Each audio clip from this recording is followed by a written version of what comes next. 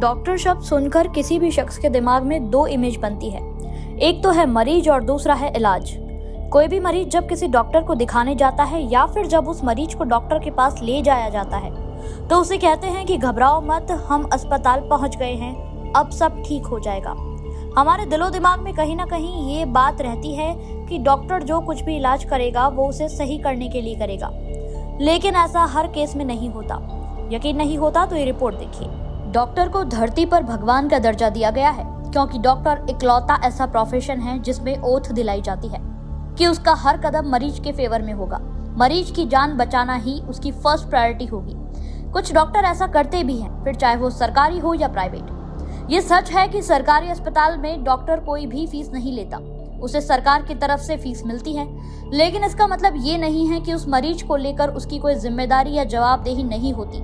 लेकिन झुंझुनू में जो हुआ उसने सरकारी अस्पतालों की पोल खोल कर रख दी। झुंझुनू के बीडी के अस्पताल में एक मुक बधिर के साथ क्या हुआ, कैसे हुआ, ये सभी ने देखा और सुना। इस केस को सुनने के बाद हर कोई हैरान और परेशान था। क्या ये कोई मिरेकल था या फिर लापरवाही? हम आपको बताते हैं। रिसर्च के मुताबिक किसी भी इंसान की मौत के बाद उसका दिमाग 7 मिनट तक जिंदा रह सकता है, लेकिन 2 से 3 घंटे तक जिंदा रहना ये पॉसिबल नहीं है। फिर मुख बधिर रोहिताश के साथ ऐसा कैसे होता कि वो 2 से 3 घंटे तक जिंदा रह पाता? लोगों का कहना है कि इलाज में लापरवाही की वजह से रोहिताश की जान गई। रोहिताश की मौत मामले पर कई सवाल खड़े होते हैं। जब रोहिताश को बेहोशी की हालत में अस्पताल लाया गया था तब क्या डॉक्टर ने उसकी सही से जांच की? रोहिताश के साथ कोई परिवार का सदस्य नहीं था, तो क्या इसलिए किसी डॉक्टर ने इस मामले को संजीदगी से नहीं लिया? पोस्टमार्टम में डेड बॉडी पर चीरा लगाया जाता है, लेकिन रोहिताश के शरीर पर एक भी निशान नहीं था। रोहिताश की डेड बॉडी को छुए बिना ही उसका पोस्टमार्टम कैसे कर दिया गया? खाना पूर्ति के लिए महज कागजों में मेंशन कर दिया गया। सीनियर अधिकारी ने भी बिना जांच के कागजों पर हस्ताक्षर भी कर दिए। अस्पताल के पीएमओ साहब ने तो मामले को दबाने तक की कोशिश की। मीडिया रिपोर्ट्स के मुताबिक पीएमओ साहब ने किसी उच्च अधिकारी को बताना तक मुनासिब नहीं समझा। जब जिले के सरकारी अस्पताल में इस तरह की लापरवाही हो सकती है जिसमें नीचे से लेकर ऊपर तक अधिकारी शामिल हो, तो फिर प्राइवेट अस्पतालों पर क्या ही भरोसा करें? वो तो पैसे बनाने के नाम पर कुछ भी कर सकते हैं। हालांकि इस मामले को लेकर कलेक्टर रामावतार मीणा ने गंभीरता से लिया है और तुरंत एक्शन लेते हुए अधिकारियों की कमेटी गठित कर दी। शुरुआती जांच में 3 डॉक्टर्स के खिलाफ एक्शन लिया गया है। डॉक्टर योगेश कुमार जाखड़, डॉक्टर नवनीत मील, डॉक्टर संदीप पचार को तुरंत प्रभाव से सस्पेंड कर दिया गया। अगर ये डॉक्टर्स लापरवाही नहीं बरतते तो शायद जांच में इन पर एक्शन भी नहीं होता।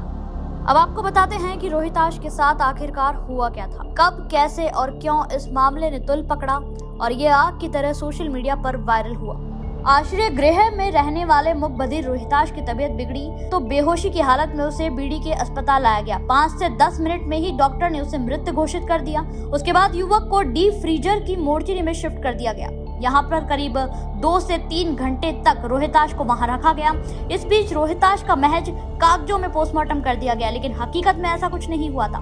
कागजी कार्यवाही पूरी होने के बाद युवक की डेड बॉडी को आश्रय गृह वालों को सौंप दिया गया। जब शाम के वक्त शमशान में चिता को लिटाया गया तो रोहिताश की बॉडी में हलचल हुई। फिर रोहिताश को वापस बीडी के अस्पताल लाया गया। रोहिताश को जिंदा देख डॉक्टर्स और अस्पताल अधिकारियों के होश फक्ता हो गए। सब हैरान थे कि कोई इंसान मरकर जिंदा कैसे हो सकता है। आनन फानन में रोहिताश को अस्पताल में भर्ती कराया गया। फिर देर रात रोहिताश को जयपुर रेफर कर दिया गया। एसएमएस में इलाज के दौरान रोहिताश की मौत हो गई। बेशक रोहिताश जिंदगी की जंग हार गया, लेकिन वो मरते मरते लापरवाह और बेपरवाह डॉक्टर्स की पोल खोल कर चला गया, जिससे सीख लेकर शायद बाकी डॉक्टर्स अब अपनी ओथ को याद करेंगे जो उन्होंने इस प्रोफेशन में आने से पहले ली थी और जिम्मेदारी के साथ इंसानियत की सेवा करेंगे। ब्यूरो रिपोर्ट्स, लोकल पत्रकार।